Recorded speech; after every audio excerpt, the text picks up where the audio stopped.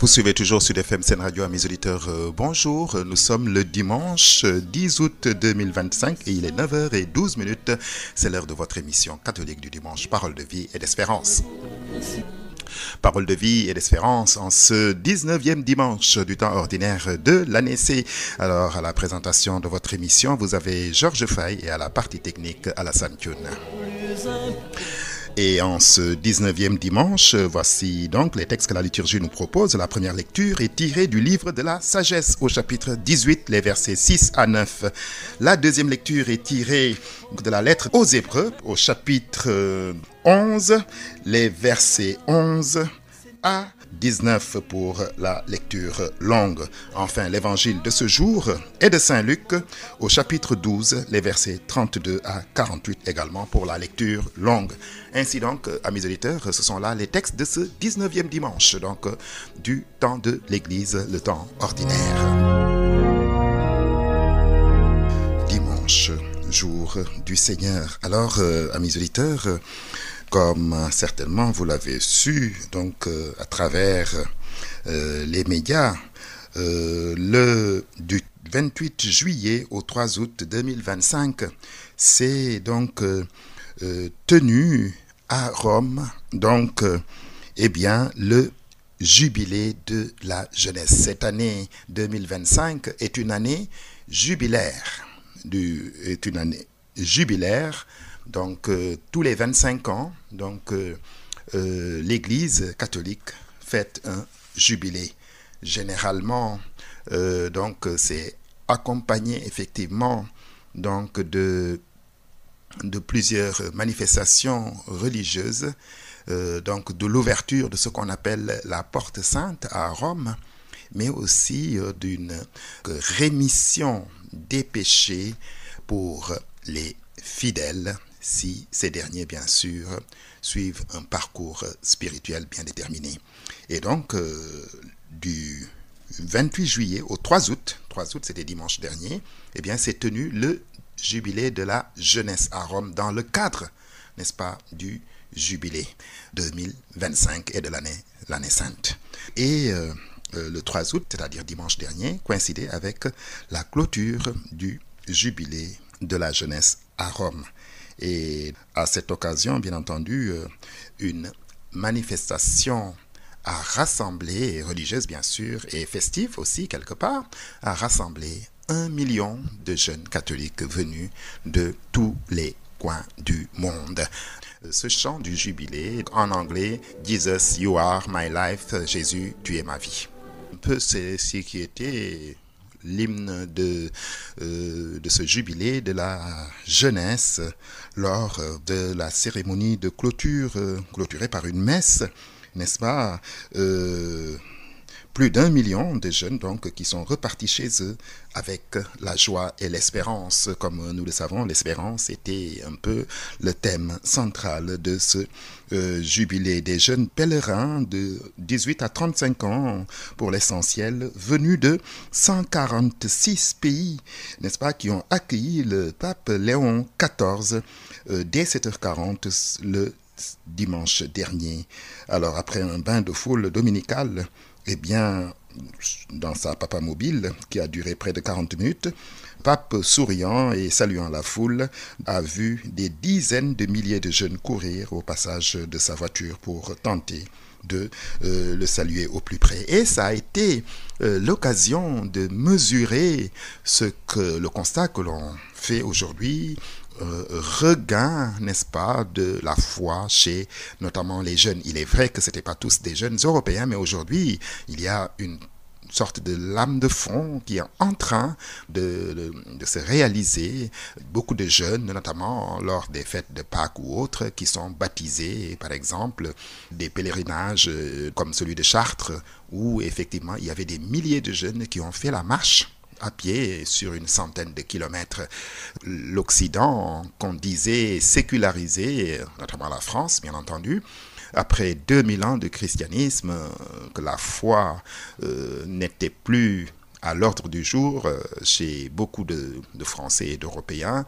Et aujourd'hui, on constate une sorte d'inversion. C'est pas la majorité, mais on sent que de plus en plus, il y a une sorte de retour, effectivement, de la foi chez les jeunes, notamment, tout simplement parce que après avoir abandonné pendant quelques siècles maintenant,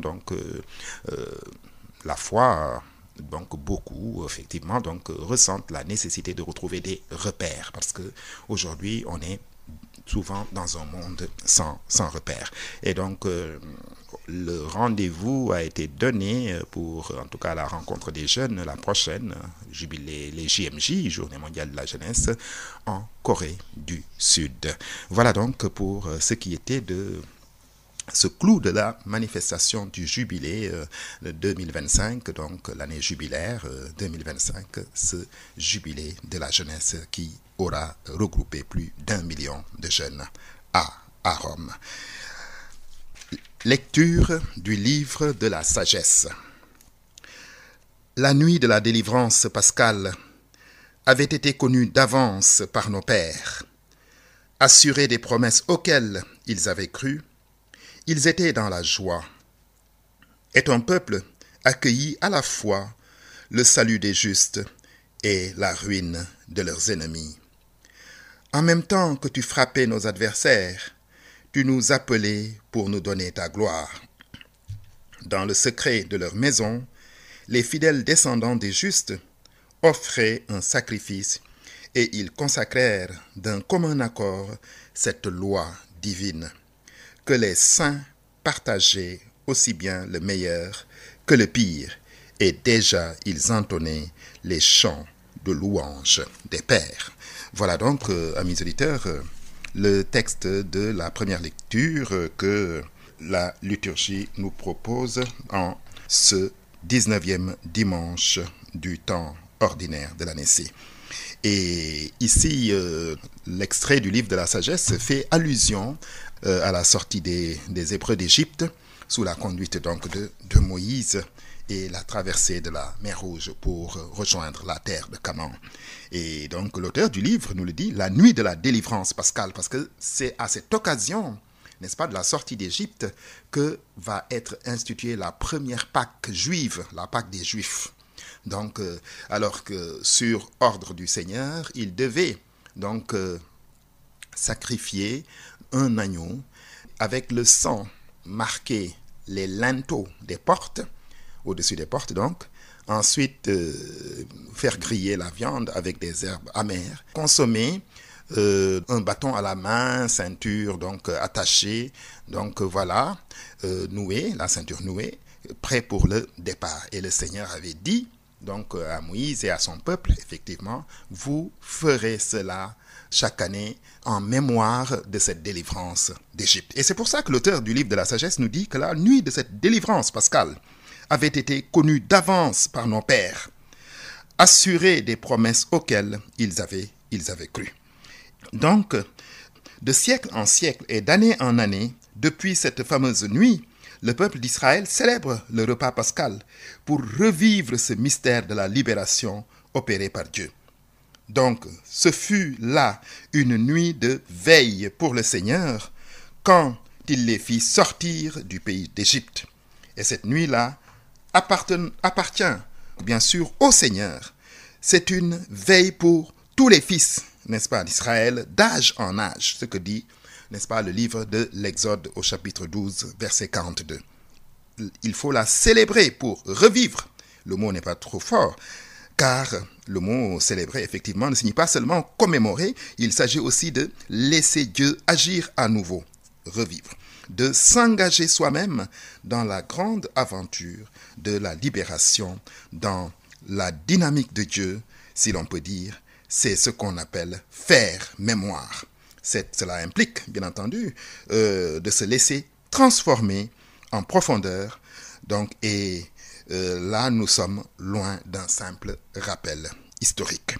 Et cette première Pâque juive, va d'une certaine manière devancer la Pâque chrétienne.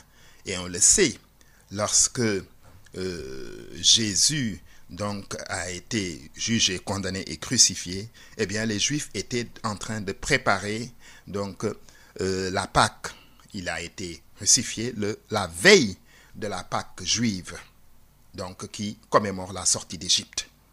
Et donc il est donc ressuscité donc le dimanche, le 3e jour, comme disent les Écritures. Et en cela, il donc, comme le dit le Tantum Ergo, il efface les sacrifices anciens pour que prenne place le sacrifice nouveau, n'est-ce pas? Anticipation de l'Eucharistie, parce que effectivement, il s'est offert, n'est-ce pas, une fois pour toutes, pour, n'est-ce pas, eh bien, expier, pour laver les péchés de la multitude. Et donc, c'est le sens de la Pâque chrétienne qui veut dire passage, de la même manière que les Hébreux avaient traversé, passé la mer Rouge à pied sec, n'est-ce pas? Et de la même manière, la fête de la Pâque signifie aussi le passage, marque le passage de la mort à la vie. Et donc, la mort n'est plus, donc la fin, ce n'est qu'une traversée, effectivement, de cette mer rouge, ce qui symbolise un peu notre existence, effectivement, pour nous retrouver sur l'autre rive, celle de la vie éternelle. Et effectivement, l'auteur du livre de la sagesse nous dit ici, effectivement, que rappelle ce que Dieu a fait, donc, en même temps que tu frappais nos adversaires, tu nous appelais pour nous donner ta gloire. Et dans le secret de leur maison, les fidèles descendants des justes offraient un sacrifice et ils consacrèrent d'un commun accord cette loi divine. Donc, c'est à cela que fait allusion le livre de la sagesse. Et on remarque ici 2 dimensions donc de la célébration pascale.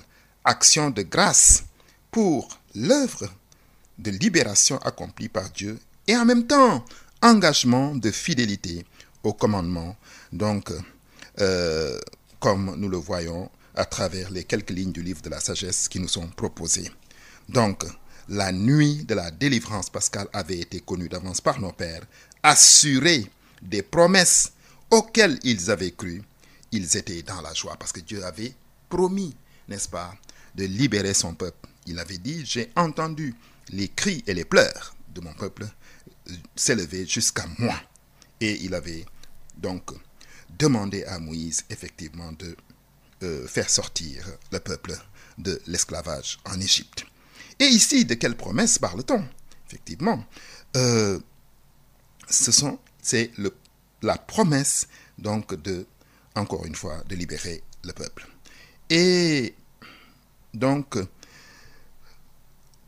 le texte aussi montre effectivement que la grande aventure des patriarches n'est qu'une succession de promesses d'une descendance, d'un pays, enfin d'une vie heureuse dans ce pays. Et donc, c'est ce que nous voyons. Et c'est la deuxième dimension de la célébration de la nuit pascale, l'engagement personnel et l'engagement communautaire.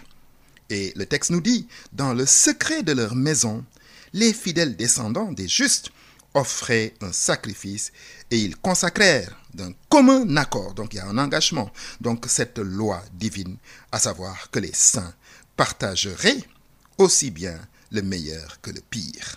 Donc voilà, et déjà ils entonnaient les chants de louange des pères.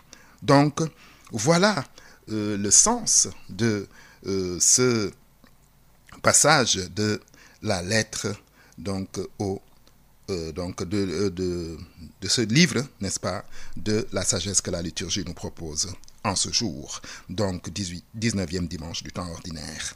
Donc action de grâce et engagement de fidélité au commandement du Seigneur. Alors, amis auditeurs, je rappelle que vous suivez votre émission Catholique du Dimanche, Parole de vie et d'espérance sur Sud FM Sen Radio.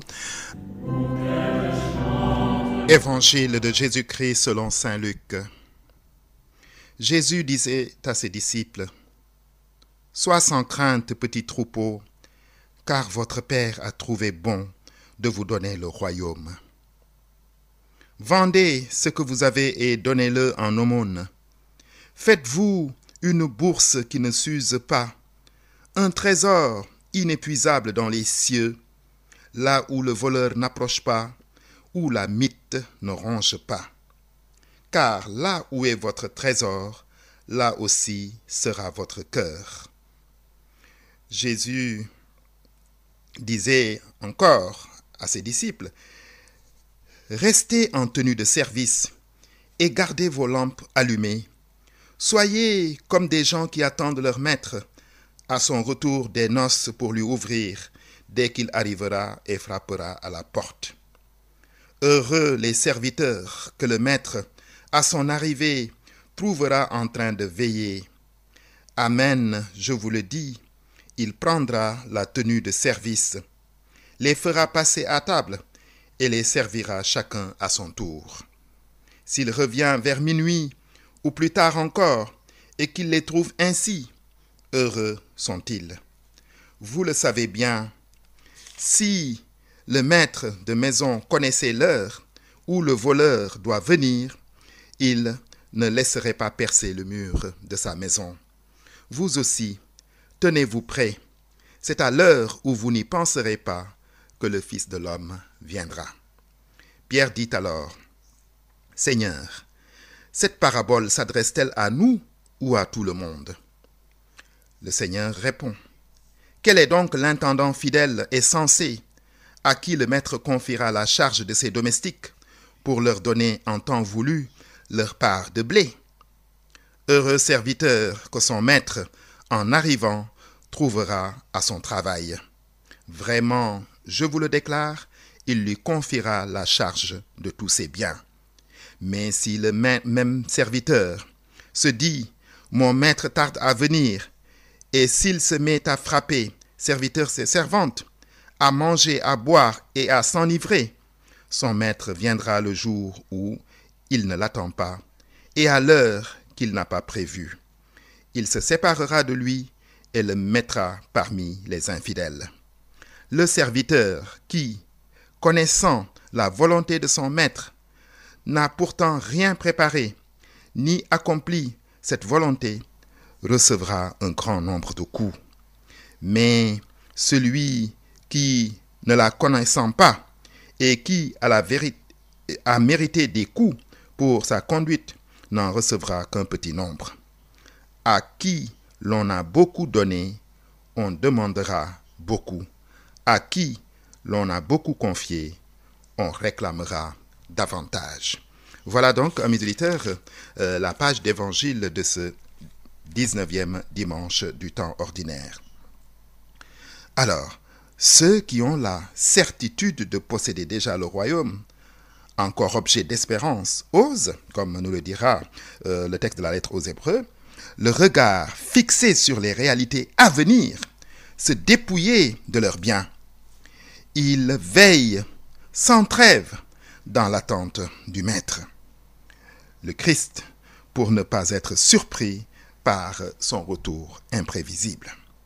Heureux ceux qui, sans se lasser, n'est-ce pas, auront préparé sa venue en aidant les autres à rester vigilants. Les négligents, quant à eux, seront punis et les intendants, les responsables de communauté, malheur à eux s'ils ont été indignes de la confiance du Seigneur. C'est, n'est-ce pas, le message de cette page d'évangile. Alors, donc, souvenez-vous, dimanche dernier, mes auditeurs, l'évangile nous disait effectivement qu'il faut, en fait, plutôt que d'accroître ou d'accaparer ou de faire cette course effrénée, n'est-ce pas, pour les biens matériels, mais il faut effectivement fournir des efforts pour accroître, n'est-ce pas, nos biens spirituels, nous constituer un trésor dans le ciel plutôt que sur la terre.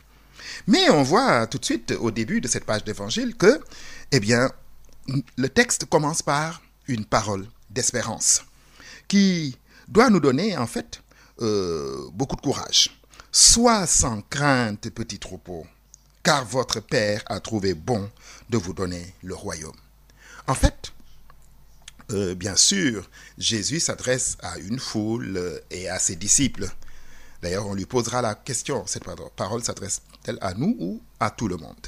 Donc, à ce moment, c'était un petit groupe, ceux qui le suivaient par rapport à la majorité de ceux qui ne le suivaient pas. Et donc, il dit, sois sans crainte, effectivement. Votre Père a trouvé bon donc, de vous donner le royaume des cieux, c'est-à-dire le paradis. Et aujourd'hui, cette parole est adressée à tous les croyants et à tous les chrétiens.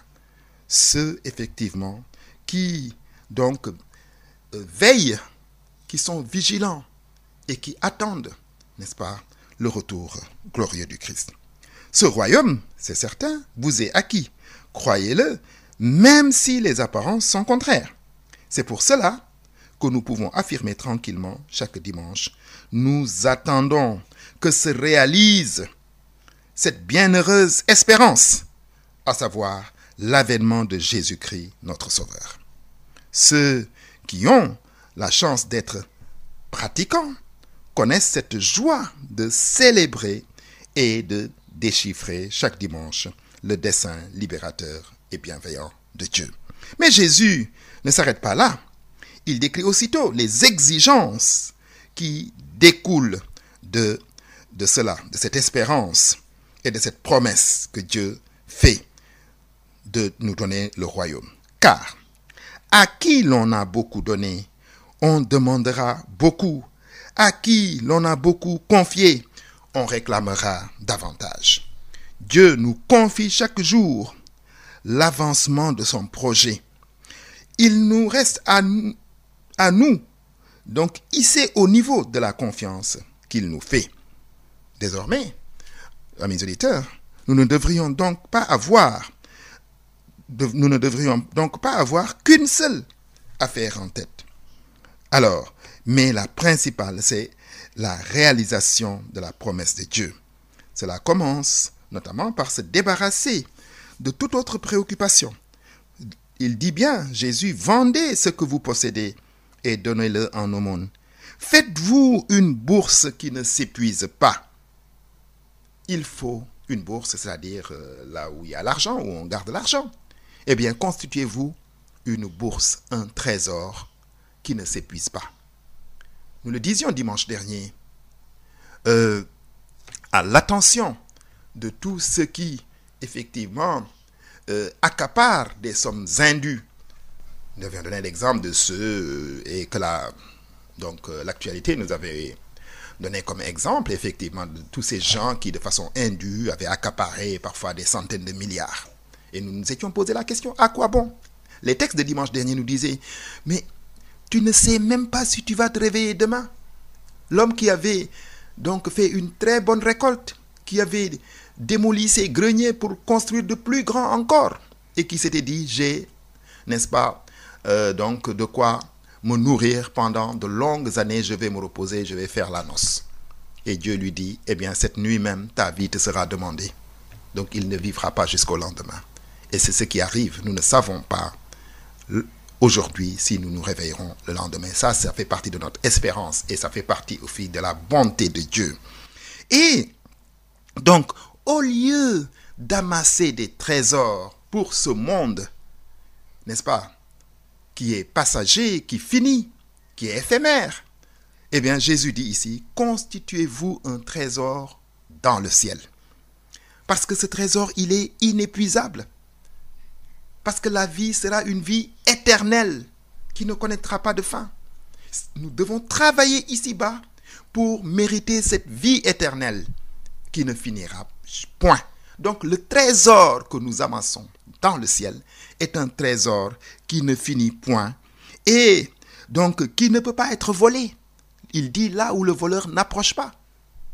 Mais aussi, la mythe ne peut pas aller ronger ce trésor-là.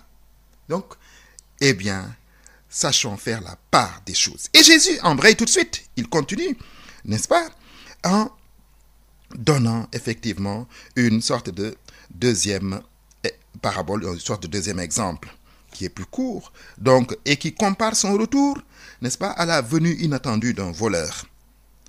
Quant à la troisième, elle décrit l'arrivée du maître et le jugement qu'il porte sur ses serviteurs, qui représente ici le jugement dernier. Donc, le maître mot de cette page d'évangile est celui du service. Dieu nous fait l'honneur de nous prendre à son service, de faire de nous ses collaborateurs pour son projet bienveillant pour l'humanité. Plus tard, Saint Pierre, qui a bien retenu le message de Jésus, le dira aux chrétiens de Turquie. Le Seigneur ne tarde pas à tenir sa promesse, alors que certains prétendent qu'il a du retard. Mais il fait preuve de patience envers vous, ne voulant pas que quelques-uns persistent, mais que tous parviennent à la conversion. Et Saint Pierre va jusqu'à nous dire, vous qui attendez et qui hâtez la venue du jour de Dieu, donc vous qui attendez et précipitez l'avènement du jour de Dieu, donc il est de notre responsabilité de chercher à précipiter, c'est-à-dire de hâter un peu l'avènement du règne de Dieu.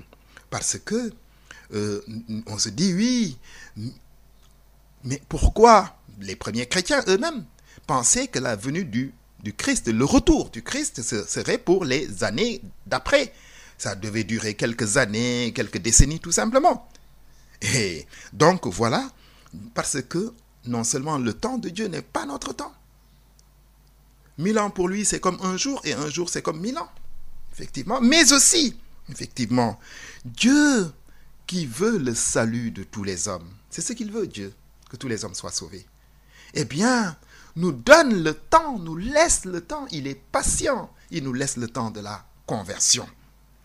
Voilà. Parfois, on dit oui, mais qu'est-ce que Dieu attend pour le punir? Nous-mêmes, nous sommes impatients. Mais parce que Dieu, n'est-ce pas, nous laisse, quand nous sommes dans le péché et dans le mal, il nous laisse le temps de la conversion. Parce qu'il veut que tous les hommes reviennent à lui, ceux qui se sont égarés, notamment.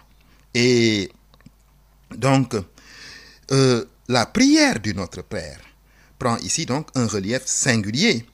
Nous disons bien, que ton règne vienne. Alors il viendra, ce règne de Dieu, d'autant plus vite que nous y croirons et nous nous y engagerons. Alors, donc là, nous pouvons relire Saint Paul dans sa lettre aux Thessaloniciens. Il dit, vous êtes tous des fils de la lumière, des fils du jour. Alors, ne restons pas endormis. Dieu respecte la liberté des hommes pour les faire entrer, n'est-ce pas? Donc, pour ne pas les faire entrer, effectivement, de force. Il veut que tous entrent dans son royaume, mais il ne va pas nous forcer. Il respecte notre liberté, mais il patiente parce qu'il veut effectivement que les hommes, tous, si possible, soient sauvés. Et donc, Jésus termine donc dans cette page d'évangile en disant effectivement à qui l'on a beaucoup donné, on demandera beaucoup, à qui l'on a beaucoup confié, on réclamera davantage. Alors, donc, heureux les serviteurs que le maître, à son arrivée, trouvera en train de veiller. Amen, je vous le dis, il prendra la tenue de service, les fera passer à table et servira chacun à son tour. N'est-ce pas ce qui se passe déjà pour nous? Car chaque dimanche, à la messe, le Seigneur nous invite à sa table et c'est lui qui nous nourrit. Ainsi, nous refaisons nos forces pour continuer le service qu'il attend de nous. Alors je rappelle à mes auditeurs que votre émission Parole de vie et d'espérance se poursuit. Lecture de la lettre aux Hébreux. Frères, la foi est le moyen de posséder déjà ce qu'on espère et de connaître des réalités qu'on ne peut pas voir. Et quand l'Écriture rend témoignage aux anciens, c'est à cause de leur foi. Grâce à la foi, Abraham obéit à l'appel de Dieu. Il partit vers un pays qui devait lui être donné comme héritage. Et il partit sans savoir où il allait. Grâce à la foi, il vint séjourner comme étranger dans la terre promise. Et c'est dans un campement qu'il vivait, ainsi qu'Isaac et Jacob, héritiers de la même promesse que lui. Car il attendait la cité qui aurait de vraies fondations, celle dont Dieu lui-même est le bâtisseur et l'architecte. Grâce à la foi, Sarah, elle aussi, malgré son âge, fut rendue capable d'avoir une descendance parce qu'elle avait pensé que Dieu serait fidèle à sa promesse. C'est pourquoi, d'un seul homme déjà marqué par la mort, ont pu naître des hommes aussi nombreux que les étoiles dans le ciel et les grains de sable au bord de la mer. Voilà donc pour la lecture brève, amis auditeurs, où effectivement l'auteur de la lettre aux Hébreux donc nous dit que effectivement la foi est le moyen de posséder déjà ce qu'on espère. C'est ça la foi, amis auditeurs. Posséder déjà ce qu'on espère. Ce qu'on espère, en général, on ne le possède pas. Mais quand j'ai la foi, j'ai la certitude de posséder, n'est-ce pas, les biens du monde à venir, c'est-à-dire du royaume de Dieu. C'est ça la vraie foi. La vraie foi, ce n'est pas ce qu'on voit. Croire, ce n'est pas voir, mais être certain que ce qu'on croit, effectivement, eh bien, on l'obtiendra. C'est le moyen de posséder déjà ce qu'on espère et de connaître des réalités qu'on ne voit pas. Voilà donc l'essentiel de l'enseignement de l'auteur de la lettre aux Hébreux. Ainsi donc, amis auditeurs, l'Exode, première grande étape de la marche des croyants vers la libération définitive, est la promesse et le gage de la victoire du bien sur le mal, du salut des justes de tous les temps, unis dans la même espérance. Par la célébration annuelle de la Pâque, toutes les générations participent à cet événement et en accueillant les fruits, la célébration sacramentelle de ce haut fait de Dieu donne d'entrer dans la dynamique du plan divin qui se déploie au long des siècles. La foi est le moyen de posséder déjà ce qu'on espère et de connaître les réalités qu'on ne voit pas. Ce qui revient à dire deux fois la même chose, car dans la liturgie biblique, connaître signifie union intime, communion profonde. La lumière de la foi fait entrevoir dans les réalités d'hier dont on fait mémoire, et dans celle d'aujourd'hui, les prémices de ce qui apparaîtra donc demain en plein jour. Voilà pourquoi le fait d'être seulement un petit troupeau à miser sur l'invisible ne doit pas nous décourager. Et donc, comme le Christ le dit dans l'Évangile, donc nous sommes en marche et au terme du voyage, le Maître fera asseoir à la table des noces ceux qui ont bien travaillé. Il servira lui-même ses convives. N'est-ce pas ce qui se passe déjà donc lors du repas eucharistique? La foi, c'est posséder déjà ce que l'on espère. Ainsi donc, amis auditeurs, c'est bien fini.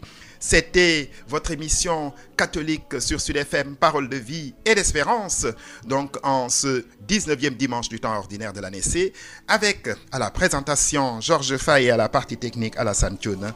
Merci pour votre aimable écoute et à bientôt sur cette même antenne.